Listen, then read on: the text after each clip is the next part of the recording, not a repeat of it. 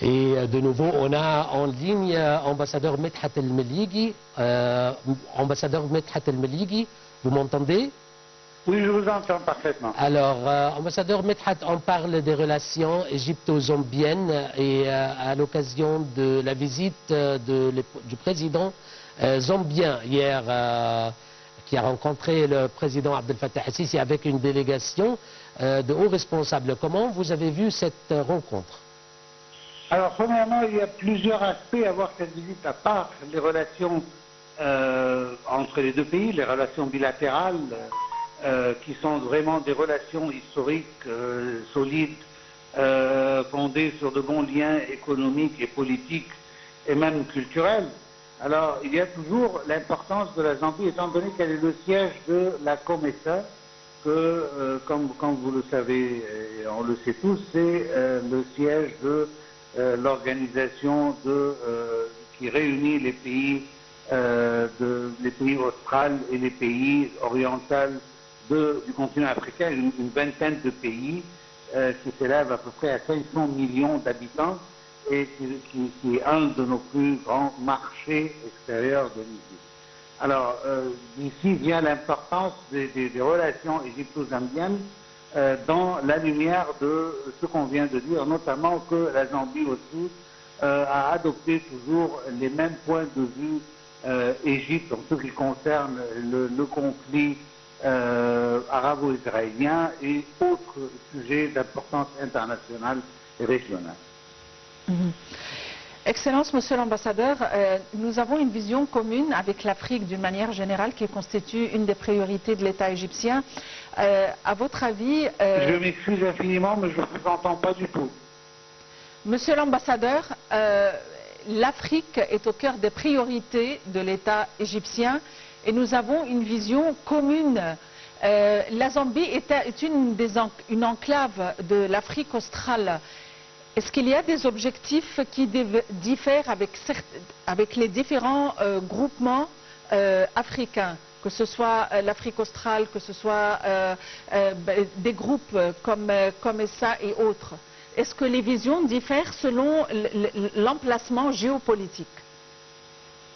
Non, mais étant donné que l'Égypte est un pays, dans la zone africaine, est un pays plutôt exportateur, alors d'ici diffèrent quelques points de vue en ce qui concerne les relations dans le domaine, du commerce. Alors nous, en tant qu'un pays, comme je viens de le citer, exportateur, on s'intéresse plus au marché de la COMESA pour pouvoir exporter nos biens et nos produits à ce marché qui est un marché vraiment compétitif et qui est très important. En tant qu'ambassadeur qui a servi dans les pays africains, je sais que maintenant l'Afrique demande des produits de haute gamme, de haute qualité, ce que l'Égypte est totalement capable de fournir au marché africain, que ce soit les pays australes ou les pays orientaux. Alors, certainement aussi d'autre côté, la Zambie est un grand pays africain qui s'intéresse à beaucoup de sujets de nature internationale. On trouve ici, avec eux, une base commune sur laquelle on peut discuter de plusieurs affaires de nature internationale et de nature régionale pour l'Afrique. Votre Excellence, comment l'Égypte soutient-elle le développement des infrastructures en Zambie? Non, je n'ai pas bien entendu votre question, si vous pouvez la répéter. Je demande comment l'Égypte soutient-elle le développement des infrastructures en Zambie?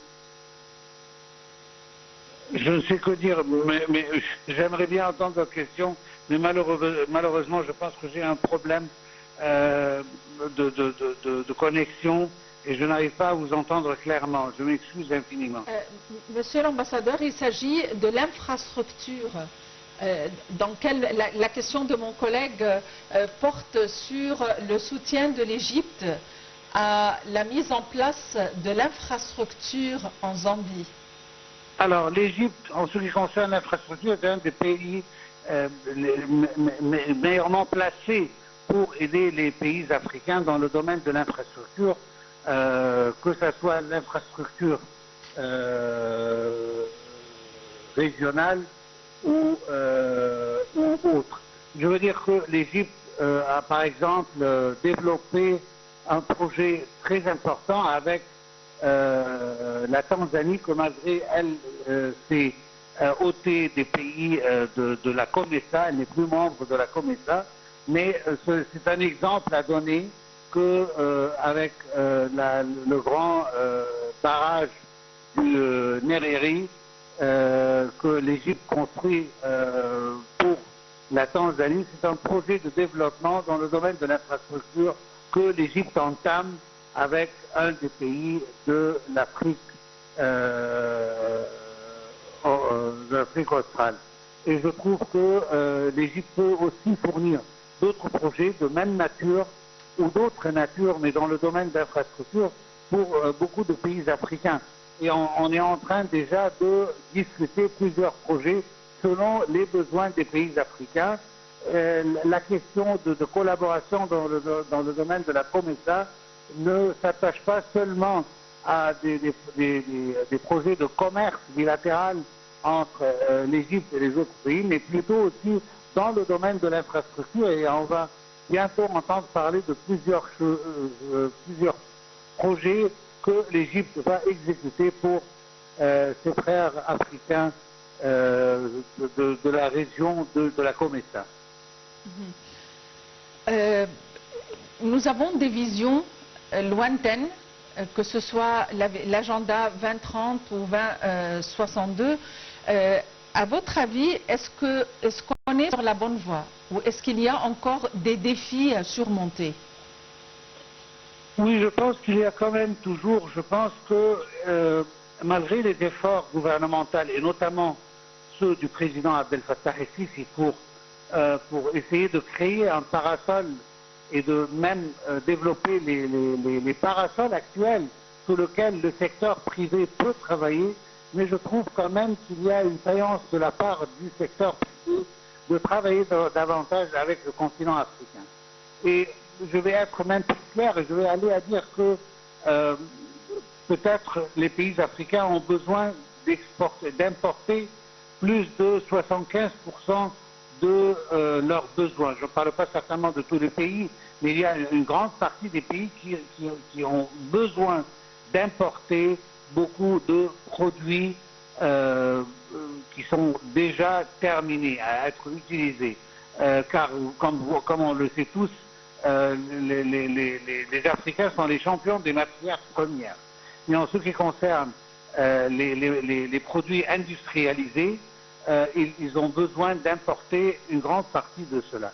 Et je pense que notre secteur privé peut fournir une grande portion de ces besoins-là. Malheureusement, l'auto n'est pas à la hauteur et à l'expectation des peuples des pays africains, que ce soit en Égypte ou que ce soit dans les pays africains. Et comme je l'ai précisé avant, ayant servi dans plusieurs pays en Afrique, je peux vous dire d'une manière très claire que les hommes d'affaires et même les gouvernements africains attendent beaucoup de notre secteur privé. On ne doit pas toujours dépendre sur l'État égyptien pour fournir les besoins. On peut faire cela dans le domaine des grands projets d'infrastructure. Mais en ce qui concerne les projets de moyenne taille ou même de petite taille ou les projets de commerce, alors là, le secteur privé doit intervenir beaucoup plus pour pouvoir fournir les besoins des pays africains avec la qualité de produits qu'il exige, l'idée que les pays africains peuvent accepter des produits qui ne sont pas de haute qualité. Cette idée est une idée qui est assez fausse et que je pense qu'on doit fournir des produits de haute gamme pour les pays africains qui sont capables de les acheter, capables de les importer. Et d'ici, c'est l'importance d'aller personnellement en tant qu'homme d'affaires et voir cela. Je veux utiliser votre podium ici pour dire que nos ambassades répandues sur le continent africain, ils sont toujours prêts à aider les hommes d'affaires pour s'infiltrer plus dans le marché, que ce soit le marché des pays du COMESA ou bien des pays africains en général.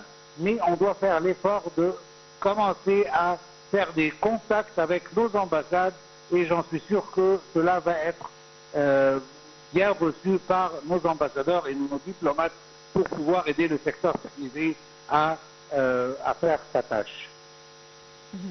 Alors, Votre Excellence, comment les deux pays, sur le plan politique, comment les deux pays contribuent-ils pour assurer la paix et la stabilité en Afrique? Alors, en ce qui concerne les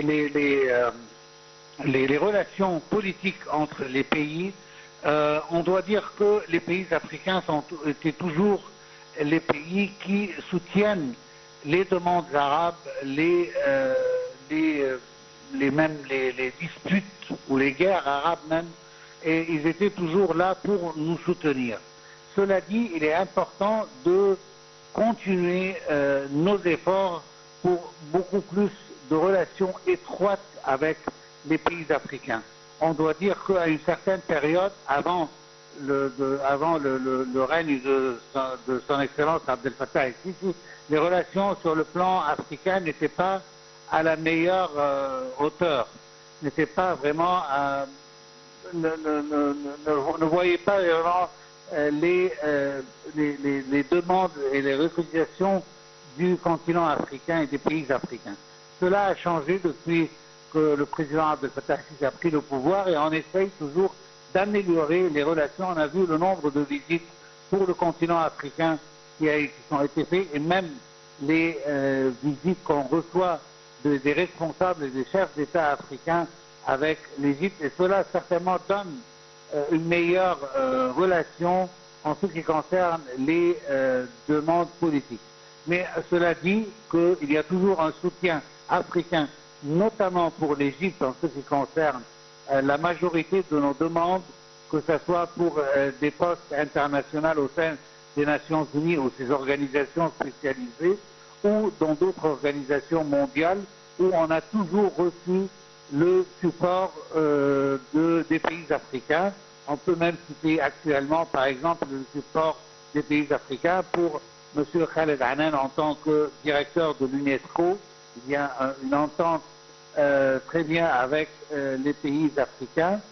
Et je trouve qu'il y a toujours un devoir à faire parce que les pays africains ne sont pas seulement les pays de la COMESA, mais il y en a une grande partie qui est en dehors de la COMESA, comme on le sait tous, et même l'idée qui est toujours dans la tête parfois des responsables du secteur privé égyptien que l'Afrique en totalité, je veux dire l'Afrique subsaharienne, est un seul bloc. Ce n'est pas vrai, il y a des spécificités pour chacun de ces pays, de chacun de ces zones géographiques.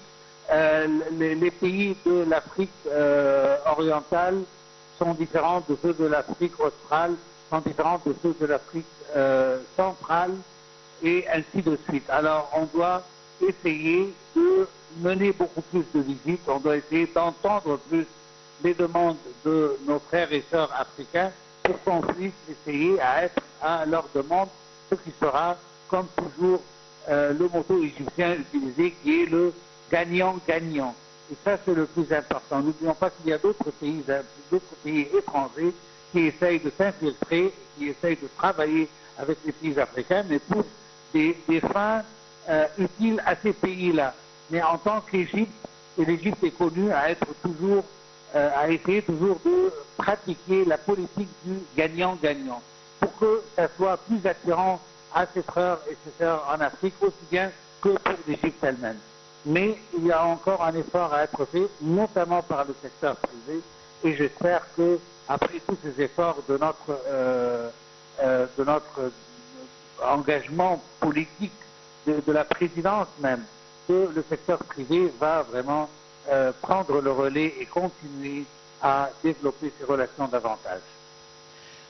Monsieur l'ambassadeur, dans quelle mesure la partie de libre-échange intra-africaine a été bénéfique à l'échange commercial entre les différents pays africains? Dans quelle mesure ceci a facilité l'échange? Alors, la zone de libre-échange continentale, elle va doucement, malheureusement, parce que pas tous les pays ont ratifié cet engagement. Et du coup, on ne peut pas vraiment utiliser cette voie à son extrémité, à sa totalité. Et cela empêche à un certain degré d'avoir des relations plus étroites. Mais pour le moment, je trouve que malgré cela, l'Égypte essaye de pousser toujours les pays qui n'ont pas encore ratifié cet accord de zone de libre-échange continentale. Elle essaye toujours de les convaincre de devoir faire un effort, mais en plus, il y a déjà les 20 pays ou plus de la COMESA avec lesquels on peut vraiment travailler et d'une manière très étroite. La coopération Sud-Sud est une coopération qui est vraiment bénéficiaire pour tous les pays et je pense qu'on n'a pas exploité ce chemin jusqu'à son maximum.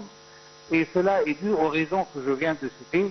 Et en plus, je trouve que si on peut commencer à donner l'exemple avec un travail bien élaboré avec les pays austral et oriental de la COMESA, cela va attirer beaucoup plus de pays à signer et à ratifier cet accord de libre-échange continental pour pouvoir bénéficier du travail et de l'expertise égyptienne dans plusieurs domaines dont ils ont besoin.